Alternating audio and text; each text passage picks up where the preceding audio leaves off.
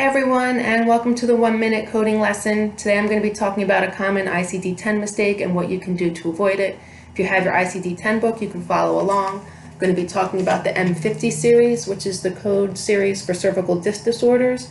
If you look, there is a note there, and it says code to the most superior level of disorder.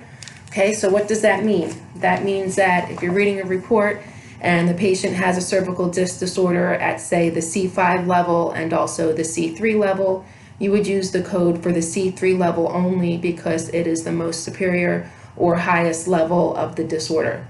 If you like this video, please click like, share it, follow along on our YouTube channel for upcoming videos, and check out the website, midnightmedicalcoding.com. My name is Lindsay Della Vella. Thanks for watching.